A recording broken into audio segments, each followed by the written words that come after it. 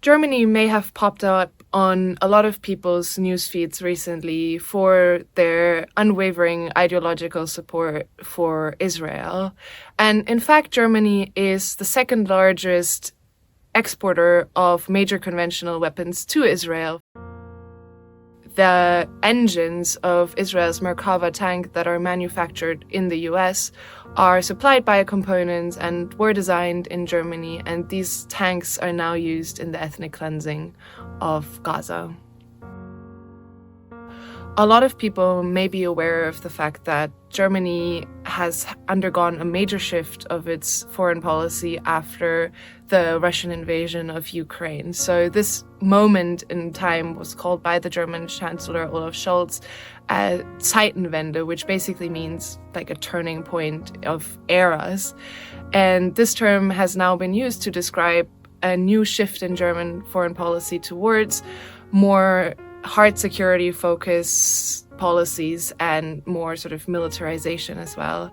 And one of the effects of this has been that the German arms industry, which historically has always been a bit like looked down upon in society and a bit like ostracized, now feels way more comfortable, and also politicians feel way more comfortable engaging with the industry. So the German defense minister Boris Pistorius, for example, has said that he's not afraid of being in touch with the arms industry because he sees them as partners.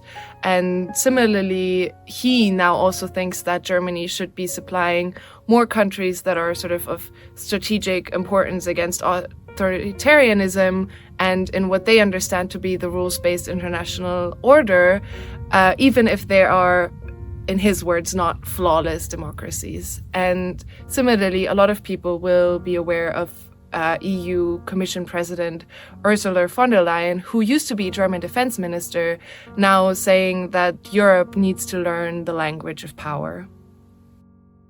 But is German policy really all that different, at least when it comes to arms exports? And the answer to that is it's really questionable, because Germany has been a major exporter of weapons for decades.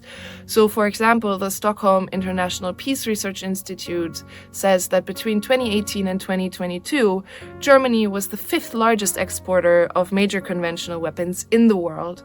So only the US, Russia, China, and France exported more weapons than Germany. Even the UK is behind Germany in 7th place. And as a consequence of that, German weapons have been used in conflicts across the world for decades. So, for example, the German G3 rifle is one of the most commonly used small arms in the world and is used by authoritarian and democratic regimes alike. It's been used in a number of civil wars.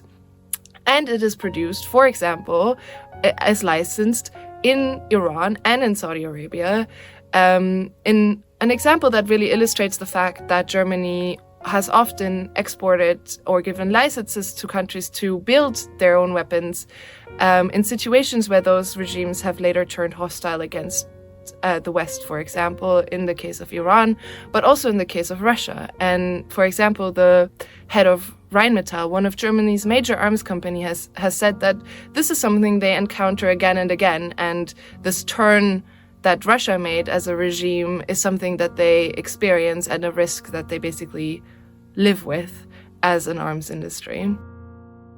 Beyond arms exports, Germany is obviously also a major NATO country, and a lot of people don't realize that, for example, the US drone wars in the Middle East rely heavily on a US airbase in Germany called Airbase Ramstein.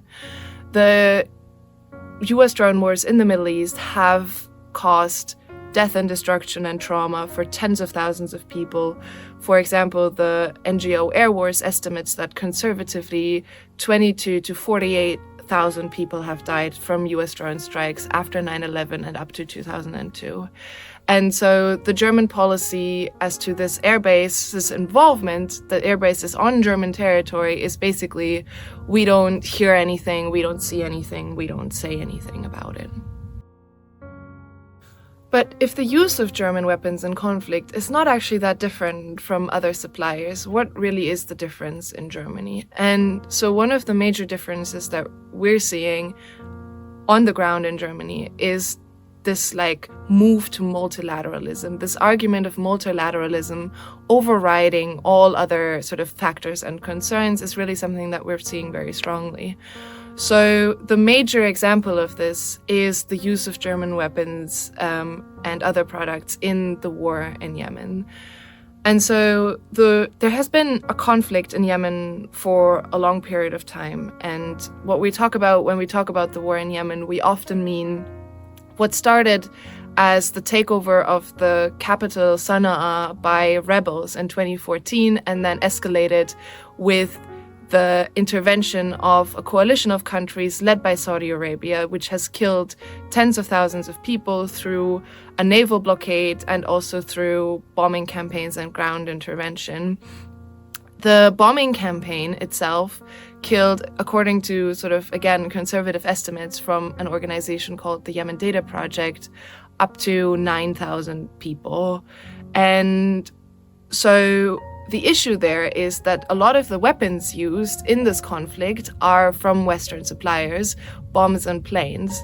Now, Germany was a bit uncomfortable with exports to the Saudi Arabia-led coalition for a longer period of time, but still were doing it in the beginning of the war.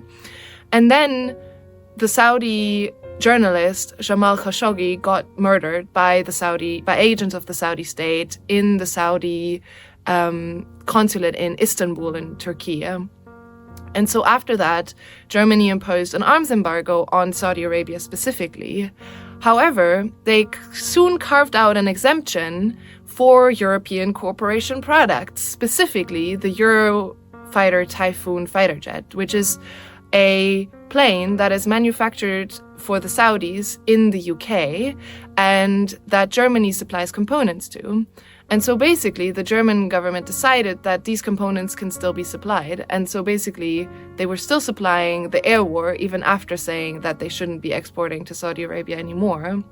And this is primarily due to the fact that Germany is terrified of European countries producing weapons in what they call a German-free way. So basically, avoiding the risk that Germany could change its mind on arms exports to a problematic customer by just avoiding components from Germany being built into European cooperation products.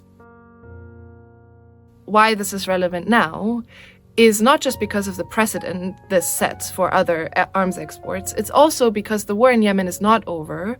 The coalition led by Saudi Arabia is not currently bombing in Yemen, but with the current sort of conflict between the Houthis and Israel as well, we don't really know what direction that conflict will take. There's no peace deal in Yemen. So basically, the bombing campaign could pick up again at any point, and the UK is intent on selling, apparently, 48 more Eurofighter fighter jets to Saudi Arabia, which is itself an autocratic country. So some members of the German governing coalition government have some issues with these sales to Saudi Arabia, but we don't know what the outcome will be, whether the German government will in the end approve further components sales to the Eurofighter or even stop its arms embargo towards Saudi Arabia fully. Now, this is an issue because it illustrates how some German policymakers are more concerned about their European partnerships and about German-free weapons than they are about potentially thousands of civilians dying at the hands of these weapons. This also illustrates how in Germany this desire for multilateralism can at any time override any other humanitarian principles that the country has or supposedly has. The sort of visionaries of this new German realpolitik are already trying to see and find new sort of export markets. They're already eyeing India and Qatar and again Egypt and Saudi Arabia as sort of newfound places where it would now be legitimate or perceived to be legitimate to export arms to within this new security policy. But again, as we've seen, Germany has been exporting to a lot of these countries already for years, even without the associated legitimacy or the sort of legitimacy found in this new security environment and Zeitenwende argument. And at the end of the day, the people in Yemen, the people in Palestine and elsewhere are continuing to pay the price for this policy.